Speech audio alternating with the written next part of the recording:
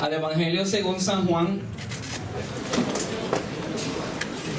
capítulo 12, verso 25. Evangelio según San Juan, capítulo 12, verso 25.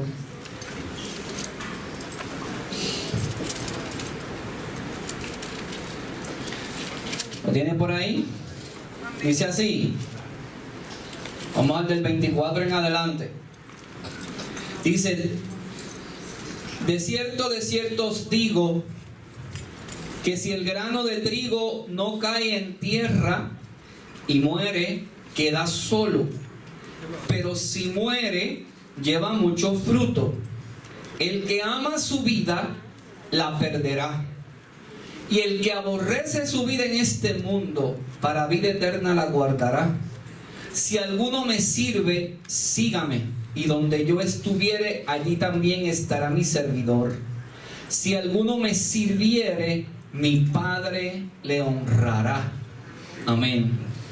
Gracias, Señor, por la bendición de poder compartir esta palabra con los hermanos aquí y con los hermanos que nos ven a través de las redes sociales.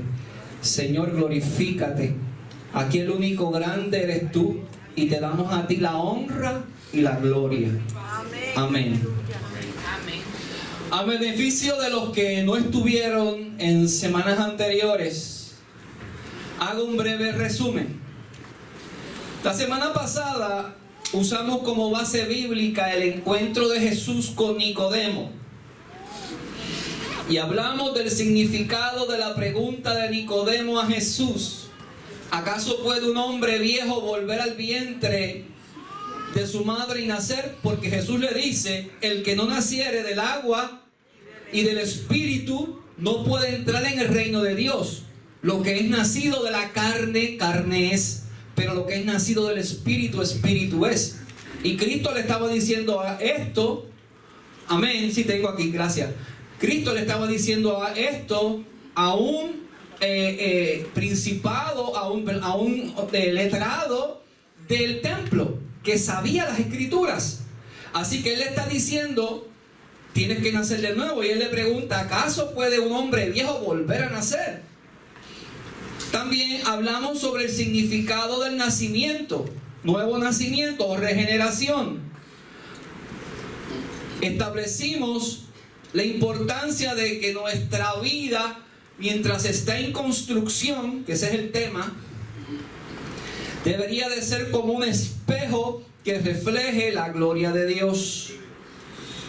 También estuvimos hablando de las etapas del ser humano, desde su nacimiento hasta su envejecimiento, y también explicamos cómo la vida espiritual se asemeja a esto. Nacemos espiritualmente siendo niños, pasamos por diferentes etapas en nuestra vida espiritual y luego crecemos y maduramos en la fe. Eso es lo que Dios espera de ti y de mí. Lo repito, Dios espera de ti y de mí que nazcamos espiritualmente, que pasemos diferentes etapas de la vida como la adolescencia y etcétera, y luego crecemos y maduramos en la fe. Esa es la voluntad perfecta del Señor.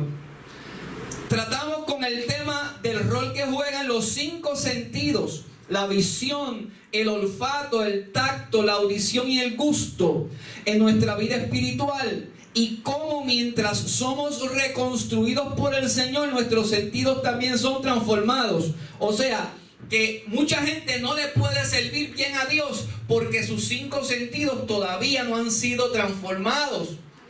Así que Dios transforma tu vida, pero también transforma tus 5 sentidos para que los uses para su gloria.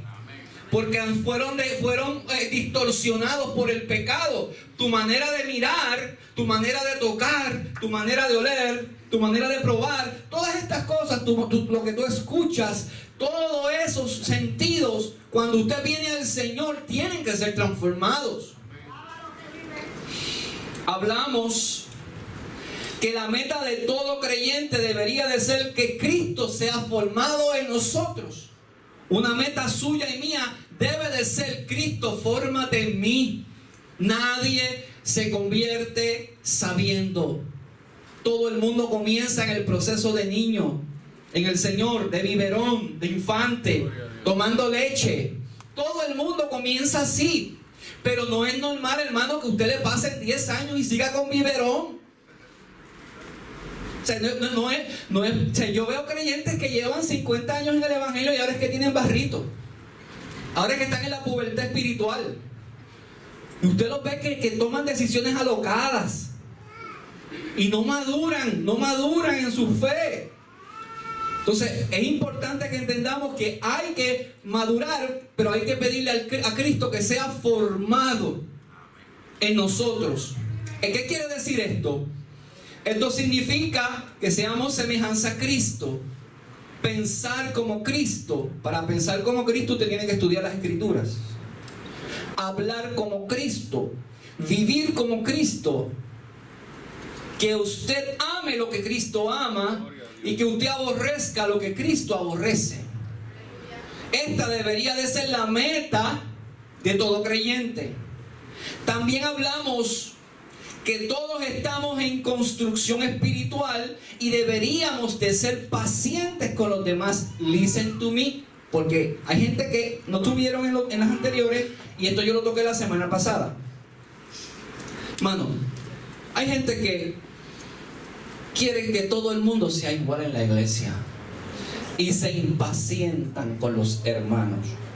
Se impacientan con los hermanos que no cambian o que no son como ellos quisieran que son. Mire esto lo estudiamos la semana pasada. Tesalonicenses 5:14, Pablo dice: también os rogamos, escúcheme, hermanos, que amonestéis a los ociosos, que alentéis a los de poco ánimo, que sostengáis a los débiles y que seáis pacientes para con todos. Explicamos la semana pasada que los ociosos son los que no quieren trabajar. En las iglesias hay gente que no quiere trabajar en la obra. Solamente viene a escuchar la palabra y en algunos casos a criticar. Y eso es normal. No debería de ser normal, pero eso pasa. Están los de poco ánimo, que son los indecisos. Los de poco ánimo son los almáticos. Hoy tienen ganas de servir a Dios, mañana no tienen ganas. Hoy quieren ir al culto, mañana no quieren ir al culto. Se enojan porque si los saludan, si no los saludan. ¿Ven? Eso se da en las iglesias, porque estamos bregando con gente que está en construcción. Y están los débiles. Pablo dice, lo voy a repetir, que amonestéis a los ociosos. ¿Qué te dice que haga con los que no quieren trabajar? Amonéstalos. Los de poco ánimo, dice que sostengas a los ociosos, que los alentéis, y a los de poco ánimo, y que sostengáis al débil. O sea, a los que son débiles y tienen poco ánimo, hay que ayudarlos. O sea, usted los tiene que ayudar. Usted que es espiritual, dice Pablo, sosténgalos. Usted que dice que es espiritual, Pablo te está diciendo que tienes que ser paciente con los ociosos, con los de poco ánimo y con los que tienen debilidad espiritual. Porque por eso somos un cuerpo. Si todos estuviésemos listos en papel de regalo para el cielo, ya la trompeta hubiera sonado. Pero el mundo está lleno de gente llena de debilidades. Y si usted tiene problemas con su hermano, ya eso es una debilidad en usted. Y usted no se da cuenta. Es una debilidad que usted tiene que trabajar, porque usted tiene que ser paciente con su hermano. Así que también hablamos de la importancia de trabajar con los hermanos que están en construcción, de tenerles paciencia, de ayudarlos a cambiar. Y hablamos del proceso de liberación. Y yo le testifiqué, cuando me convertí, yo tenía una demoniera encima. Y yo sentía el proceso de liberación en mí. Pues yo venía del mundo. Pero yo al otro día de haberme convertido, yo sentía dentro de mí que era otra persona. Yo sentí cuando Cristo empezó a nacer en mí. Cuando nos convertimos, el Espíritu Santo comienza a limpiar nuestra vida interna y a limpiar la casa donde ahora Él va a habitar.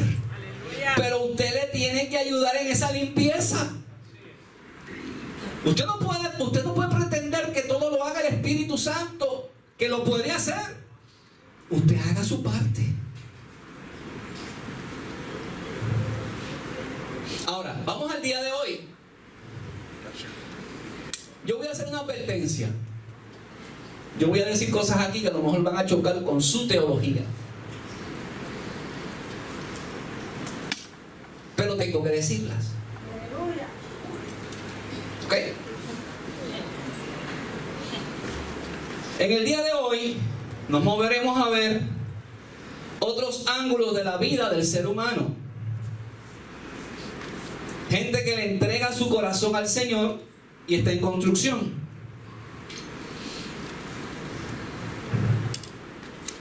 Esta pregunta que yo hice en la promoción del mensaje que no está ahí, ¿por qué crecer duele? Tiene que ver con Juan 12, que leímos hace un momento.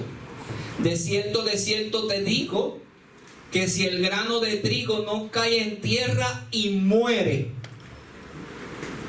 queda solo. Pero si muere, lleva mucho fruto. Si usted piensa que se está quedando solo en el Evangelio, es porque todavía no ha habido muerte en usted. Si usted como que no le encuentra el sabor al Evangelio, es que todavía usted se resiste a morir.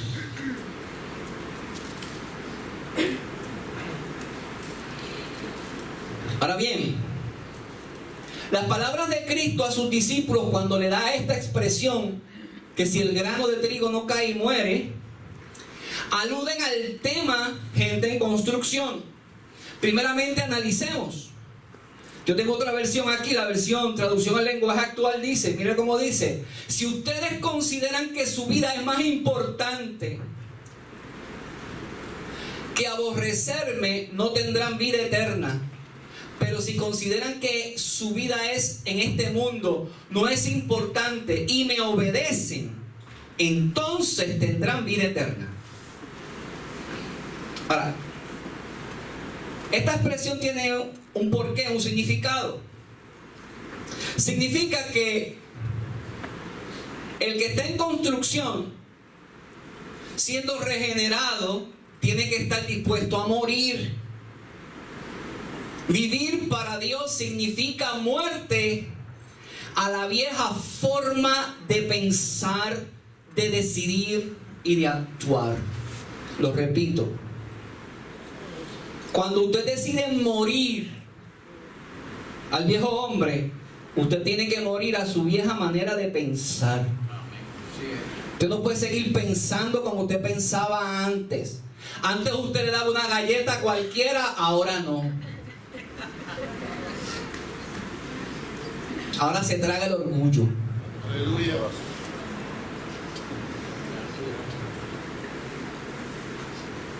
Su manera de decidir tiene que cambiar cuando usted decide morir como el grano de trigo. Y su manera de actuar tiene que cambiar. Querer vivir en Dios es sinónimo de morir al yo. Y cuando usted decide morir al yo, esto duele. Duele. Porque usted está haciendo morir su voluntad para hacer la del Señor. ¿Usted sabe cuántas decisiones yo hubiera tomado ya en mi vida si yo no tuviera en el Evangelio? Pero ahora no me ciño yo. Ahora me ciñe otro. Ahora me manda otro que conoce el presente y conoce el futuro y sabe lo que me conviene y lo que es mejor para mi vida y para la suya. Por eso es que morir como el grano duele. Morir y madurar, morir al yo y madurar duele. Todo el que ha crecido física y naturalmente me tiene que decir si en el crecer no le dolía. Me acuerdo que hace un par de años atrás, Valeria vino una vez a mi cuarto y me dice, papi, me duele aquí, me duele allá. Yo le dije, hija, tienes dolores de crecimiento. Ella dice que nunca creció, sí has crecido, mami. Cuando le dan clases en la escuela de ciencia y eso, y de biología creo que, le enseñan que cuando los jóvenes van creciendo, a los niños le dan dolores. Porque crecer duele. Madurar duele, envejecer duele. ¿Verdad que sí? ¿Envejecer duele más? Dígamelo a mí. A mí me duele. Sí. Cuéntame una de vaquero ahora, Lorena. Yo creo que Gladys está más dura que tú. ¿Verdad, Gladys? ¿Verdad que sí, Gladys? Todo, a ti no, tú estás nueva, Gladys. Así que una semilla, hermano, contiene en sí todo el potencial necesario para crecer. Escúchame bien. Para madurar y para dar fruto. Y fíjense lo que te está diciendo el Señor. Te está comparando con una semilla. Y te está diciendo, dentro de ti está el potencial de crecer, de madurar y de dar fruto. Hay gente que ha crecido, pero todavía no han madurado y no están dando fruto. Dios quiere que tú crezcas, madures y des fruto. La persona muere mediante el agua del bautismo, se arrepiente, muere para el mundo, muerte. Luego pone fin a la vida dominada por el pecado original. Dice, yo no voy a seguir malos designios de mi carne, aunque estás sujeto a debilidades y pasiones. Tú comienzas a decir, yo voy a heredar la naturaleza del Padre en mí. Y le voy a pedir al Espíritu Santo que me ayude en mis debilidades. Y tú comienzas ese proceso. Tras el lavamiento del agua, crece tu fe. Y recibes por gracia al Espíritu Santo, que es tu mejor ayudador. Esto lo hemos hablado en estos días. En efecto, en el bautismo se planta la semilla para que surja la nueva vida. Cuando participamos de la muerte de Jesús, también participaremos de la resurrección del nuevo hombre. Escúchame bien. El Espíritu Santo forma esta nueva vida en nosotros, renovando nuestra forma de pensar. Entonces tú y yo cooperamos con Él, orando. Cuando usted también se arrepiente de algo que usted estaba haciendo y se arrepiente y dice, Señor, ahora yo comenzaré a hacerlo distinto. ¿Sabe que lo que pasa es que hay gente que se arrepiente por cosas que está haciendo, pero cuando tienen una debilidad o flaquean, se rinden y no lo vuelven a intentar? Cuando recuérdese que usted es un bebé o un niño que está dando pasos, y cuando los niños se caen, se quedan en el suelo. No, a veces lloran, pero se levantan. A veces nos caemos, pero levántese. Séquese las lágrimas. Siga para adelante. Ahora, no se haga socio del piso. A gente les encanta escocotarse. Y un día en una de esas escocotadas te quedaste escocotado. El diablo te comió con yuca. Con yuca y sin bacalao. Y sin bacalao. Eso lo dijo Paquita. El background que usted oye es Paquita, la mujer senior de aquí que puede hablar y decir lo que ella quiera. Después de esos 150 años son, ¿verdad, Paquita? ¿Cuántos son, Paquita? 87. 87 años. Gloria al Señor. 80. Ahora bien, escúcheme bien y por aquí voy a agarrarse los cinturones. ¿Por qué hay tantos creyentes que viven confundidos y sin esperanza? Y usted se da cuenta que no crecen. Están atollados. No crecen. Número 1. Cometemos el error. Y mucha gente comete el error cuando llegan al Evangelio de seguir viviendo dominados por su alma. Y cuando usted venga al Señor, usted no puede seguir viviendo dominado por su alma. O sea, usted no puede seguir viviendo en Cristo, pretender vivir una vida espiritual cuando usted solamente le hace caso a sus emociones. Y si usted le va a hacer caso solamente a sus emociones, usted no le va a poder servir a Dios correctamente. Usted tiene un momento que tomar esas emociones y sujetarlas.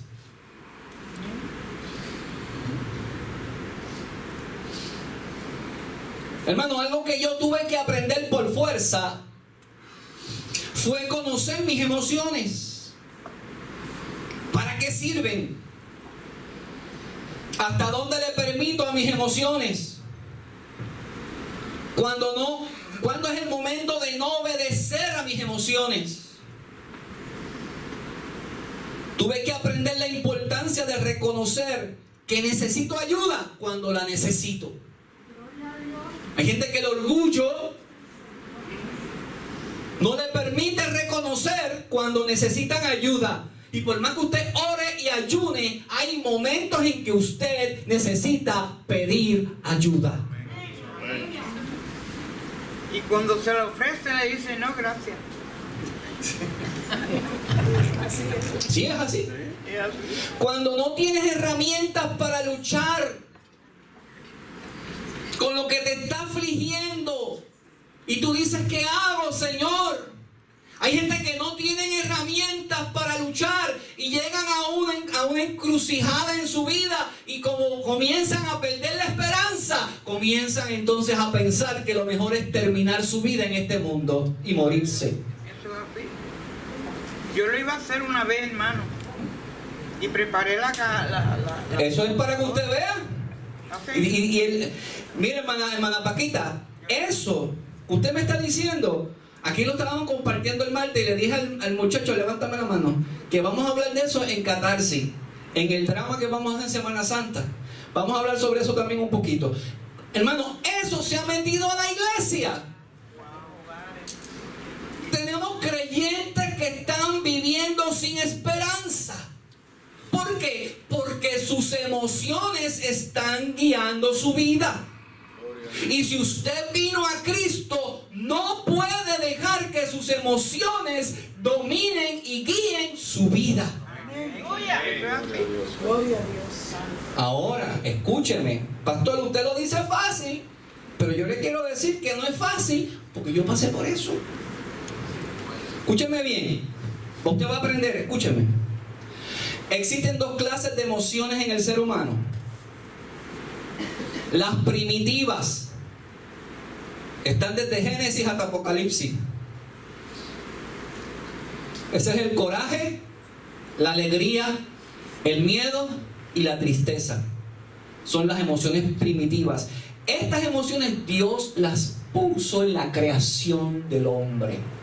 Dios te las puso en tu ser. Tienen un propósito: el coraje, la alegría, el miedo y la tristeza.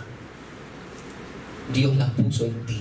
Ahora bien, hay otras emociones que son las inventadas por tu mente. Y esas emociones inventadas, que la semana que viene voy a hacer referencia más profundamente a ellas, pueden pasar de decenas de ellas. Y algunas de ellas juegan con tu mente y te hacen pensar cosas que no existen ni son reales.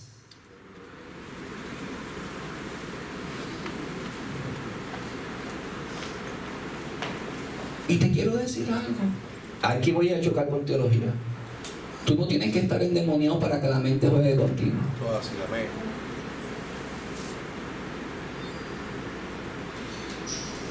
Tú puedes ser muy espiritual. Y tu mente comenzar a producir emociones negativas.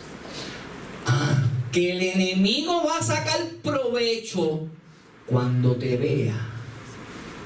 Recuérdese que lo único que el diablo no puede hacer es leer su mente.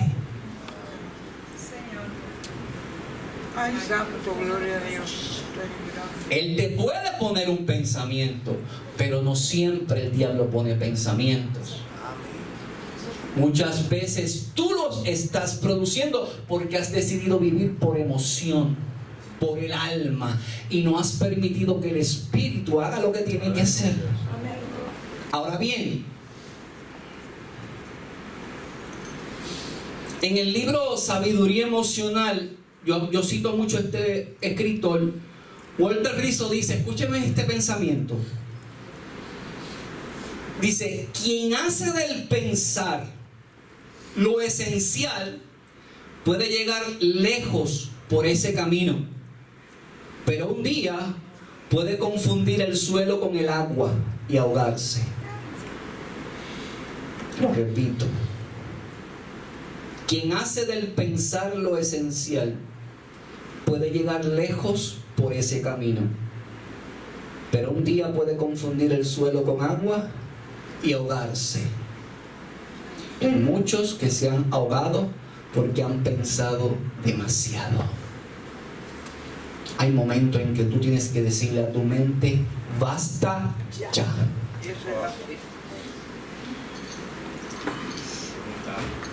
Basta ya. Amén. Y reprender toda maldad. Hay gente que piensa demasiado y terminan destruyendo su vida y su alma. Y hay otros que necesitan pensar un poquito más, porque no piensan y se pasan metiendo las piernas. Santo eres Dios. ¿Hasta dónde le permito a mis emociones que me dominen? Si estoy en construcción, estás creciendo en el Señor, ¿hasta dónde le vas a permitir a tus emociones que te dominen? ¿Te digo hasta dónde? Hasta donde sea normal y natural. Llorar es normal. Desconsolarte y no parar de llorar no es normal. Que te dé coraje es normal. Pero que el coraje se convierta en una raíz de amargura no es normal. Que te dé tristeza es normal. Pero que la tristeza se convierta en melancolía y en desesperanza no es normal.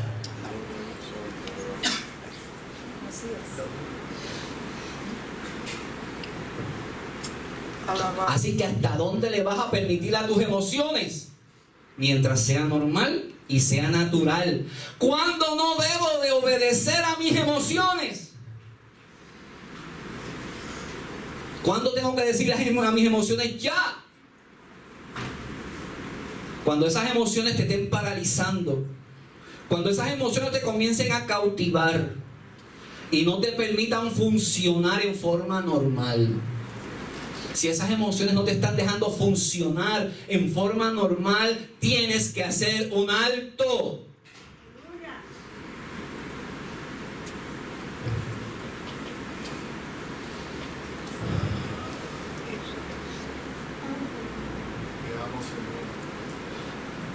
Hermano, Alabado Cristo. hay momentos en que usted necesita reconocer que necesita ayuda.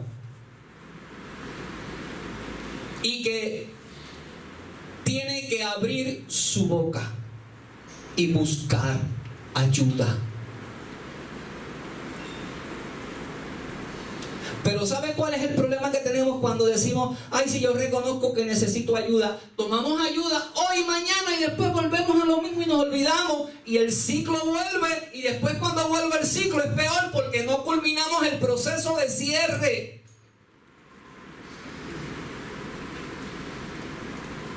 De sanidad, de liberación. No lo culminamos. Fuimos a 2 terapias o a 4 y como cuesta caro, yo no voy a volver más para allá. Yo lo resuelvo con oración. Y la oración es poderosa, pero hay momentos en que necesitas la ciencia. Te dije que iba a romper la teología.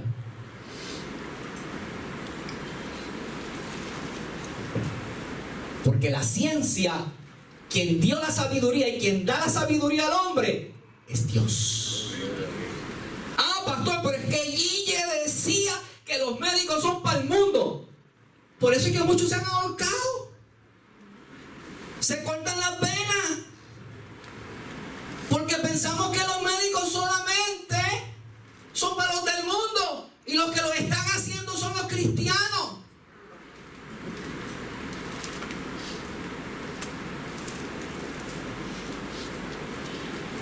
Alabado Cristo. Pastor, yo no estoy de acuerdo con usted. ¿Está bien? Fantástico. ¿No estás de acuerdo conmigo? Te presento un ejemplo. Heme aquí.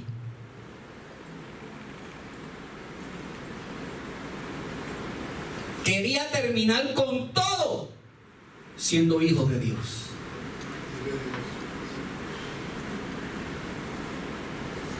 Y necesité la ayuda de Dios, de su espíritu, sin el cual no estuviera aquí hoy. Pero necesité la ayuda profesional.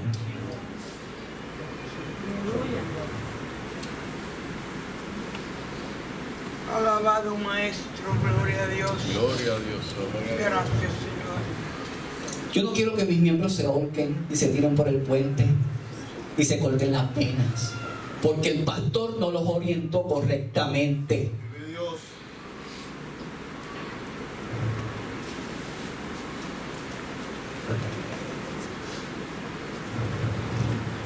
Aleluya. Escúchenme lo que le voy a decir. No demonices ni descartes la ayuda profesional. Aunque reconocemos que todo tiene su origen espiritual, a veces Dios te manda a lavarte en el estanque después que Él te toca. Lo hizo con el ciego. Esto yo lo he dicho aquí anteriormente. Él escupe, hace la masa, te la pone y te dice: ahora vete y lávate.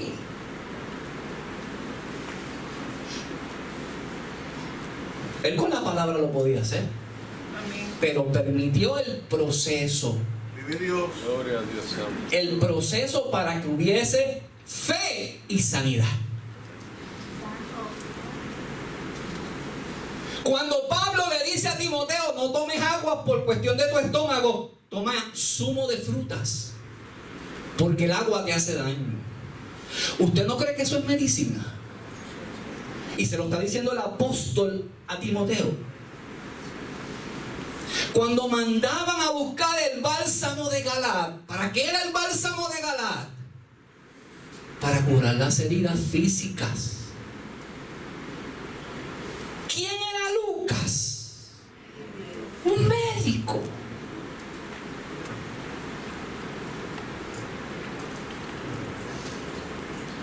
Hay personas que mandan a otros en la iglesia a dejar sus tratamientos médicos sin ser dirigidos por el Espíritu Santo y termina en tragedia. El día que el Espíritu Santo obra en usted, usted no va a necesitar tomar nada. Aleluya. Pero mientras eso no haya ocurrido, siga las instrucciones. Cuídese. Su cuerpo es templo del Espíritu Santo. Yo conozco un caso que fue donde X, y X le dijo: déjate los medicamentos de la presión, comienza a tomar esto natural. ¿Sabes cuánto duró X? Un mes. Al mes X estaba en tal lugar sentado y le dio un infarto que quedó muerto donde estaba sentado, porque la presión se le fue a las nubes. Cuidado. No confunda la fe y la relación con Dios con ser responsable con lo que Dios le ha dado a usted. La ciencia no es que usted adore la ciencia, pero siga las instrucciones. Un día Dios le va a dar la fe, le va a dar, el Espíritu Santo lo va a tocar y se acabó la enfermedad.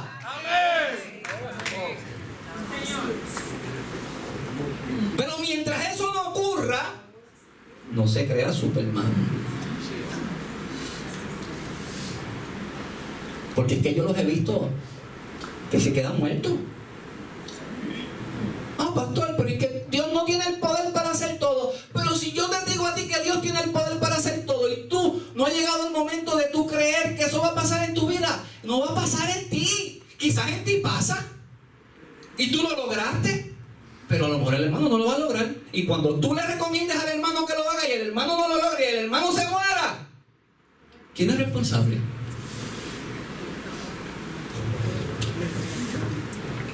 Cuidado. Vive Dios. Le dije que iba a romper teología. Gloria a Dios. Usted puede seguir creyendo. Si usted cree que yo estoy equivocado y usted quiere seguir creyendo en lo que usted cree, créalo. Pero yo tengo que sonar una voz de alerta. Hay creyentes que necesitan urgentemente ayuda profesional, pero no lo acaban de entender. Hay gente consagrada, gente de Dios, que insisten en que tienen demonios y no tienen demonios, lo que necesitan es una pastilla.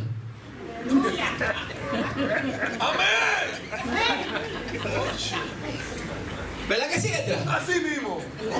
Insisten en que tú no tienes un demonio, tú lo que tienes es que necesitas un psicólogo, un psiquiatra que te dé un medicamento que te ponga los líquidos del cerebro a funcionar bien y te lo tomes como tiene que ser y se te quitó la loquera.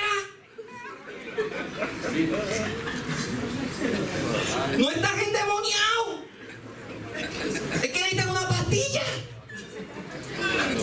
Gloria a Dios.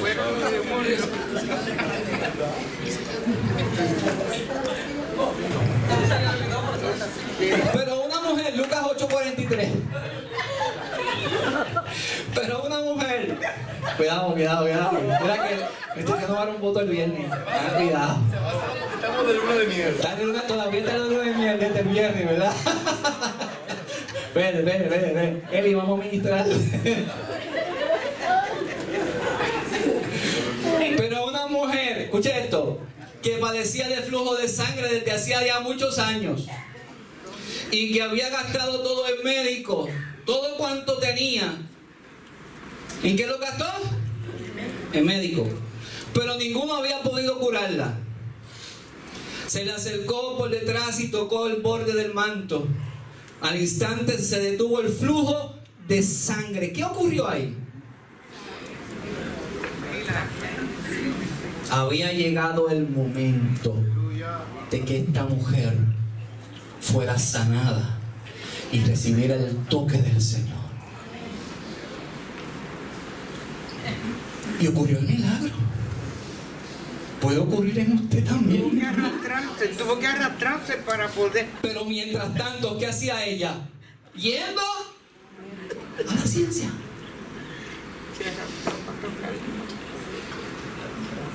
Los escritores de la Biblia utilizan imágenes que hablan del trabajo de Dios en la vida del creyente. Aleluya, santo. ¿Qué herramientas? Ya hablé el tema de, ya le dije, ya no voy a hablar más de eso, porque es el que le da el veder a 2 o 3 y se tienen que tomar una santa. No voy a hablar más de eso, porque yo sé que esto es un tema que choca con la fe y con la teología. Se lo dije, que los iba a alborotar y usted va a decir, no, pastor, yo no estoy de acuerdo. Fantástico, esa es tu fe. Pero yo jamás le voy a recomendar a nadie que deje sus medicinas. El día que el Espíritu Santo obre con esa persona y esa persona tenga la convicción y reciba el milagro, ese día se acabaron. Pero mientras tanto, su pastor no va a ser el causante de que usted le dé un infarto.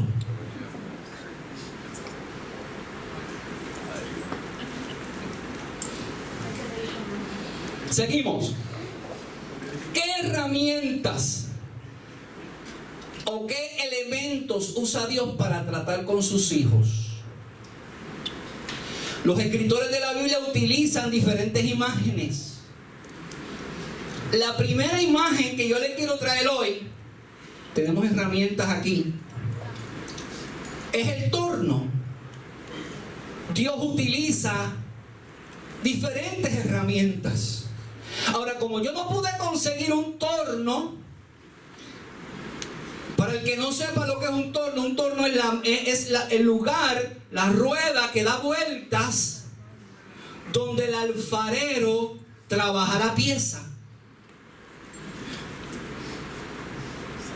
¿Qué utiliza Dios para que usted y yo maduremos? Aparte de que aprendamos a manejar nuestras emociones, Dios comienza entonces a llevarnos al taller. Aleluya. Y nos pone sobre la rueda, sobre el torno. Buen gloria a Dios. Mira lo que dice Isaías 64:8. Dice: ahora pues, Jehová, tú eres nuestro Padre, nosotros barro, y tú el que nos formas. Así que ahora en tus manos estamos todos nosotros. Fíjense que dice Isaías, que también Jeremías habla de eso. Dice: nosotros somos el barro y tú eres el alfarero. Tú eres el que nos formas. ¿Cuánto necesitamos que el Señor nos deforma? ¿Cuánto necesitamos que el Señor nos moldee? Así que hay momentos en el crecimiento que te duele que el Señor te está formando, y te duele porque Él está tratando contigo.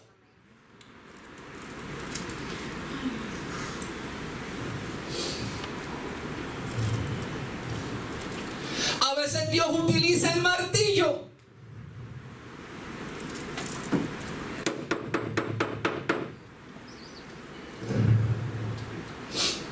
A veces el Señor utiliza el martillo.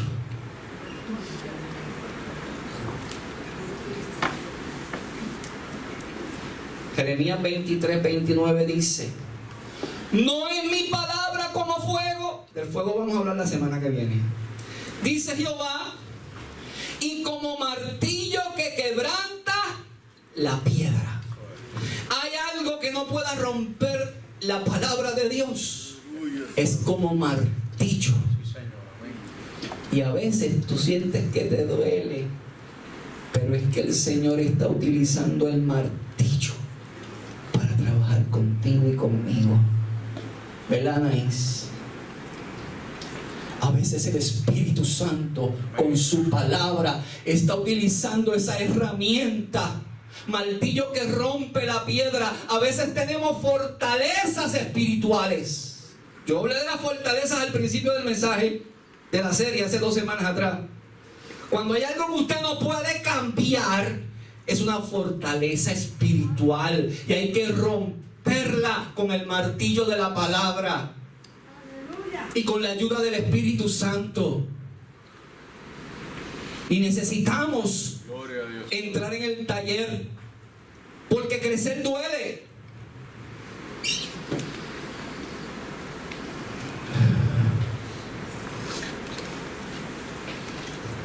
Dije que el Señor utiliza herramientas y utiliza elementos. Dios también utiliza el viento, la tempestad.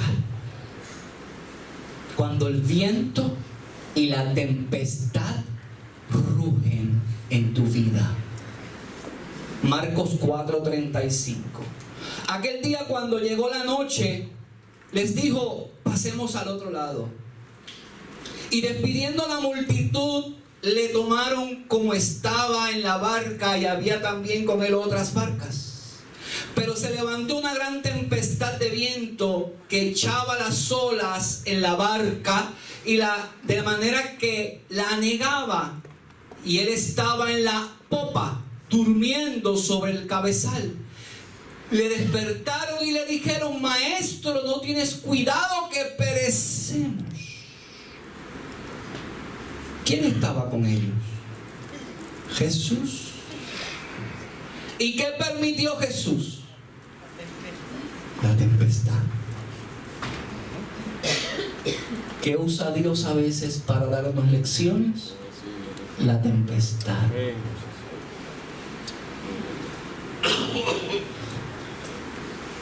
A veces Dios permite que llegue la tempestad para formarte, para enseñarte, para capacitarte, para darnos una lección. Y levantándose, reprendió al viento y le dijo al mar: calla, enmudece. Y cesó el viento y se hizo grande bonanza, y les dijo: ¿por qué estáis así amedrentados? ¿Cómo no tenéis fe? En otra versión dicen: hombres de poca fe. ¿Qué le quería enseñar? Si ustedes quieren que este viento no los tumbe, ustedes necesitan tener fe. ¿Qué necesitaban? Fe. ¿Y qué usa Dios? La tempestad.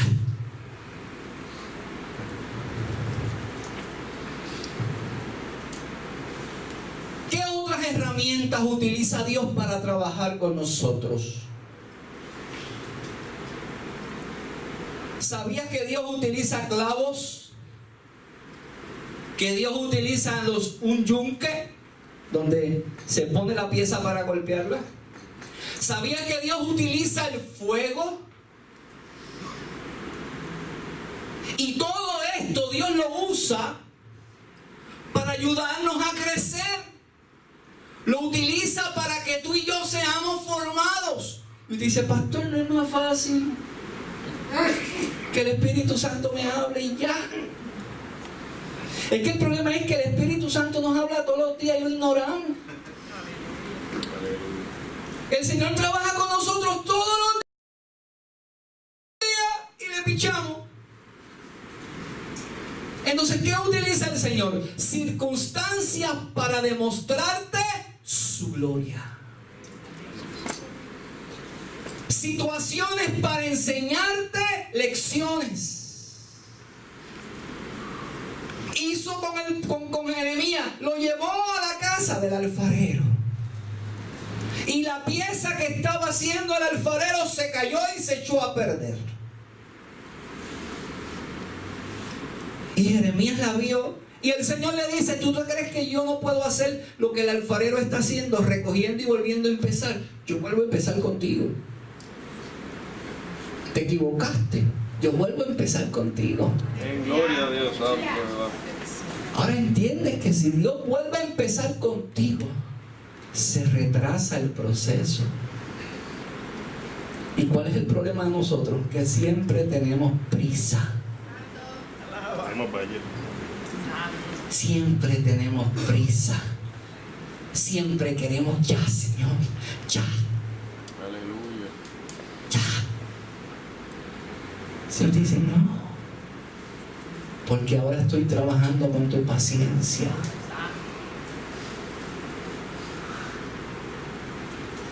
No, porque estoy trabajando con tu fe. Te estoy dando forma, porque todavía dentro de ti hay piedras, hay pedazos de piedra y de pasto y de cosas que hay en el ambiente que no te dejan tener comunión conmigo.